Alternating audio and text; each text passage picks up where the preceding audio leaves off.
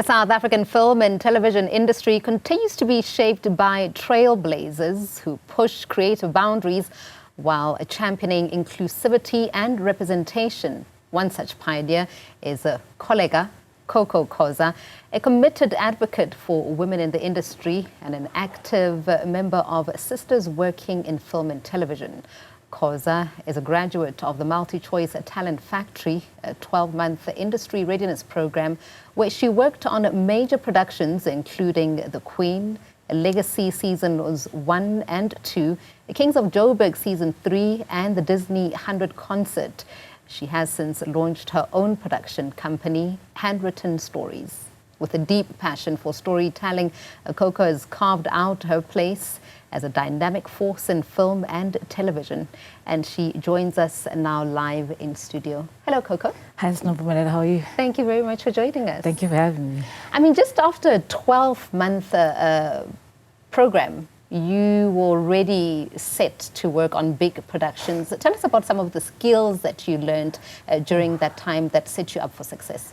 Definitely time management, because yeah, I'm bad with time sometimes, but time management a lot, as well as how to save money and how to use money like properly in the film industry, like to work with your budget and also planning, meticulous planning. Without that, your production will fail.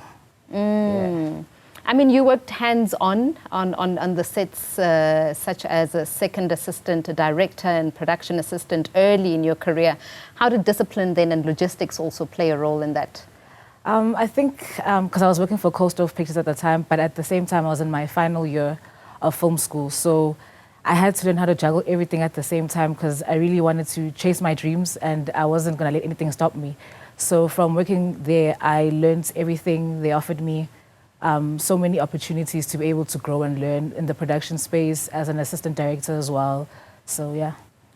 What's the gap that you saw in the industry when you decided to form your own production company, and what were you trying to fill? I'd have to say, because like the reason why my company is called Handwritten Stories is because everything I write, there's a little piece of me in it. So it's because I can say that I grew up privileged. My parents provided for me very well, so they did the best they can. So I've never seen stories like that speak to that although like the image on the outside looks good, but like you don't know what's actually going on back at home inside my brain. Having to be told I've got depression at 17, my family doesn't understand that. I don't understand what that means, and having to deal with all those things. So I wanted to tell stories more that touch me, and I like speaking to people. So like every story that I have from different people, different experiences that I go through, I'm like, hey, nobody's done a story like that, so that's what I aim to do. Yeah. I mean, that is a big niche, I suppose, being young and having quite unique experiences. Also just being so self-aware in terms of your background, right, that you were well catered for. How do you then bridge the gap in your storytelling, venturing into spaces that you really aren't au fait with? Tell us about that experience. For me, my matric teacher actually, she said to me once that she views me as like a top deck chocolate. So like you take two things that are not similar and you bring them together. So I believe that that's what I am as well. Like I'm kind of like a top deck because I know what it's like to have no money and I know what it's like to have the money, because I'd go to this private school, beautiful, it's lovely and it's nice, but then I go back home and we're probably only eating uputu namasi for supper, and probably for the next 3 days, my mom doesn't have petrol to take me to school, things like that. So I know I've lived on both sides of the coin, yeah. So, I mean, the industry often separates the creative aspect from the business element, right? How are you ensuring that you're marrying the two in order to be lucrative in this business, but also telling compelling stories at the same time? I believe that, firstly, filmmaking is not about making money. If you're in it for the money, you're going to lose. Oh, no. You will lose. It's about story is king. Story is number one, always. Never forget about the story. So for me, it's remembering that why I did this in the beginning. That's how I bring the two together. This is all I've ever wanted to do. Nothing else. Like, I want to just tell stories and just entertain people and find a common ground for other people as well. If they're looking at the character that I've created, they're like, actually, that could be me, and they see themselves in that character. So that's how I bring the two together. It's just as important as a normal 9 to 5. my 9 to 5 is my dream. I get to live my wildest dreams. Coco, people have got to eat. So, I mean, if I'm just imagining if I am a budding filmmaker at home and I hear you saying filmmaking is not about money. Are you not saying that people cannot make money out No, of you film? definitely can. Yeah. Just You tell a can- compelling story. You definitely can. It's just to remember that don't chase the money first. That's the thing you must remember. If you're chasing the money first, then you will lose. Just remember that whatever you're doing, and also like my dad taught me that in order to live like a king, you need to work like a slave. So whatever job that pops up, because when I wanted to do this industry, my parents didn't really believe in it. So my dad said to me once they were finally agreeing, he was like, if your job, the one thing that you want to do, it becomes indispensable, how else will you be able to work within your industry? So I do art departments, I can direct, I can write, I work in production. So I never go for it. Like if I have to get another job and I say my production coordinator, it's fine, I could do that. I would do my own things as well, like do small things, like for like a shoot, I can go and do art departments and the art director there, I would do that so that I don't just spread my wings as far and wide as possible, because those opportunities are there and you can learn from other people on sets as well. Yeah. I mean, having worked on Letters of Hope, but also then Ndebele's series Inkani, which do you think has had the most emotional impact or the greatest emotional impact on you? It was definitely Letters of Hope, because it was done by my script writing lecturer, Naledi. She's become like my mentor as well now. It was a story about back in apartheid, and you know, like it really communicates. And being on sets, I actually learned a lot from the director of Africa, because he used a lot of so many times we use a lot of dialogue in story. Sometimes you don't need dialogue. Sometimes it's about the emotion. And there's a scene we were shooting where it's a funeral, and there was so much dialogue on the script, but on the day we decided to do it with no dialogue. And I was amazed. I was like, I've never seen this in my life. Like, it communicated everything that was on the paper, and I saw it on screen. So, yeah. You speak about being exposed to various aspects of creating films, right? But we are living increasingly in a world that requires one to be a specialist.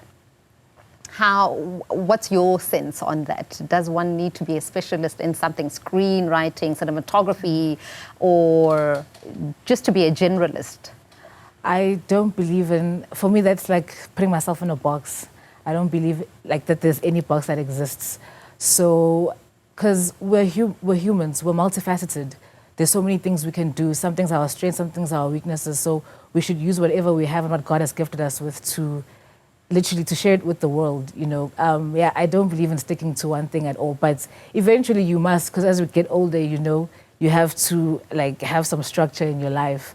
But I think you can always incorporate something together. A lot of things can be in one place. For example, I like giving back. So how I plan on doing that is whatever town I'm shooting in, whatever community I'm shooting in, I want to go back and do something there, give them something, donate. So that way I'm telling my story, I'm making movies, but also at the same time, I'm doing something else for someone else who doesn't have. And had it not been for the MultiChoice program, do you think that you'd be where you are today? Or did it play a part in catapulting you to greater heights? I absolutely would not be where I am without the Academy. It's Bobby is the director of the Academy. He literally told us on our first day, it's like getting 20 years of experience in 1 year. And he was right. I actually went to Cape Town for the very first time in my life because of the Academy. I got to work on Miss SA when Zosie was crowned. Most of the shows I worked on, I never ever thought I would ever get to that point. And I got there much quicker. I won't lie. I got a fast track into getting to where I am now. Otherwise, without it, I don't think I would have gotten the fast track, for sure. I mean, 20 years of experience in one. I'm pretty sure that the networking ecosystem is also very important. How have you leveraged on that? Definitely. Naledi always used to say to me, you're as good as your last job. Literally. How you treat people on sets and how you treat people that you meet wherever and whatever show, that leaves a lasting impression more than anything else. So I always make sure that I leave a good impression behind. I take up my best foot forward, always. So, yeah. Yeah. And talk to us then about encouraging young filmmakers. You say you love to give back. In what ways are you giving back to the industry? For me, somebody gave me a shot. It's funny, my first job, I got it because at my varsity, there wasn't, we didn't have a lecturer, so we didn't have school for like a couple of months. Then I walked up to SABC and I was like, can I work on a production somewhere? And then they were like, here, the companies, reach out to them. So I did that. And then I found out that one of the girls who had graduated already was actually on the production. I went there, I was like, please, can I work for no money? And they were like, cool. And then that's how I got my job. And then they were moving to shoot on location. And then they were like, we can't afford to take you there. After one day, literally, they called me back because I just put my best foot forward. So somebody gave me a shot because I did great. So that's what I do now. For example, like working with Posey, Tabiso, Do as well. Like I worked with him in arts. He wanted to do camera, and now we worked in arts together. Now he's a great pops master now. Posey is a great production person. I'm actually going to work with her in this company in Handwritten stories. Tabiso as well. Didn't know what he wanted to do. Now he knows what he wants to do. So I always want to like give somebody a shot because somebody did it for me. So I have to pay it forward. And social media? I mean, it is a way for people to put themselves out there. You know, people aren't necessarily making films a conventional way. To what extent do you think it is a benefit to the industry when people just take their phones and create content? It shows, obviously, our channels and wherever we're pitching to that there's the capability. It's like you're sending it's like the starter before they can give you can get to the main course. So it's definitely, I think that's great because I think my one show that I'm actually watching on YouTube is Shut Up, Men Are Talking by Chris Q is amazing. And Chris Q is a big guy, he's a big writer, but he's already doing that just from on YouTube. Now taking that, you already know what he can do, what else, there's so much more you can do from that. So it's definitely showing what you want and you can create more of what you would prefer, and then it opens up literally the door for you. And I mean, what are you working on now from your production company? I'm writing some stuff. I'm very superstitious, so I don't like to talk about my stuff a lot. But I'm writing a couple of stuff. I've sent in a concept, waiting for replies. So next year, I Siapopa. Yeah. Siapopa next year. I absolutely love it. And who will you be? Oh, you're superstitious. So now we can't talk about any upcoming works. Oh dear. Are you collaborating with anyone? Are you at liberty to share that? Yes, I can. I met a friend a couple of months ago, Teboho. She's going to write with me. Lebo, I met her in varsity. We've been friends since film school. So she will be handling most of the post-production side, and then as well as Posey, should be handling more of the production side. Because I want to stay more on the creative, but also still, like you said, bring the business in as well. So far, that's my team. But I honestly want to work with all the people I've worked with before because different people have taught me different things. So I'd like to be able to bring them into the fold as well. How often is the MultiChoice program on? And you know, do you know any information about the next intake for youngsters? I think they're very close, or it's probably just opening for next year, but it happens every year. You just need to find it on the website, on the MultiChoice website, and literally it's worth it. Do it. It's your motivational letters what will get you in. For sure. Yeah. For sure. And awards, I mean, they are a big marker, right, for one's work. And how seriously do you take those for yourself? For me, awards they're not the biggest thing because in a way it's kind of like self-glorification. So for me, I don't do it for the awards. I literally just want to communicate with people. I want to be able to, like I did when I was sitting down and I was watching a series, and I was watching a movie and I connected with it so much. I want someone to do that. As long as I've done that, I think I did that with my first movie, with Tingeculo.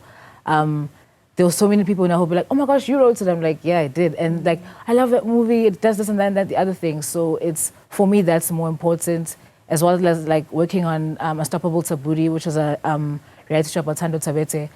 We communicated to so many black women, and that's all I want. It may not be the highest rating show, but I know that people literally resonated with it, and that's all I'm looking for. I would love an award, of course. A SAFTA would be great, but if it doesn't come, it doesn't come. Sure, it's not defining. Yeah, no. Women are very close to your heart. 100%. Right? Championing causes for women. Why is that? I think because of how I grew up. I grew up in KZN, Mpangeni, very small, boring town. I grew up in a very Christian family, Zulu family. So seeing, and especially my mom was a single mom, you know, and seeing how people treated my mother a lot, it just made me realize that there's definitely more women can do, because I realized what my mother was doing for me and my sister. Like, she was doing the most she possibly could. But still, like, my mother was looked down upon, and like the women in my family as well. I'm like, you guys are so headstrong, but when the men come into the fold, like, you cower down. And I've never understood that. It's never made sense to me. Like, so I've just, yeah, man, like the way I grew up was just, it was eye-opening. It was really eye-opening, yeah. Well, Koko, all of the best. I cannot wait to see your films on international platforms, international collaborations. So thank you very much for your time this morning. Thank you so much, Mpumelelo. That was Kholeka Koko Khoza, MultiChoice Talent Fund graduate and founder of Handwritten Stories.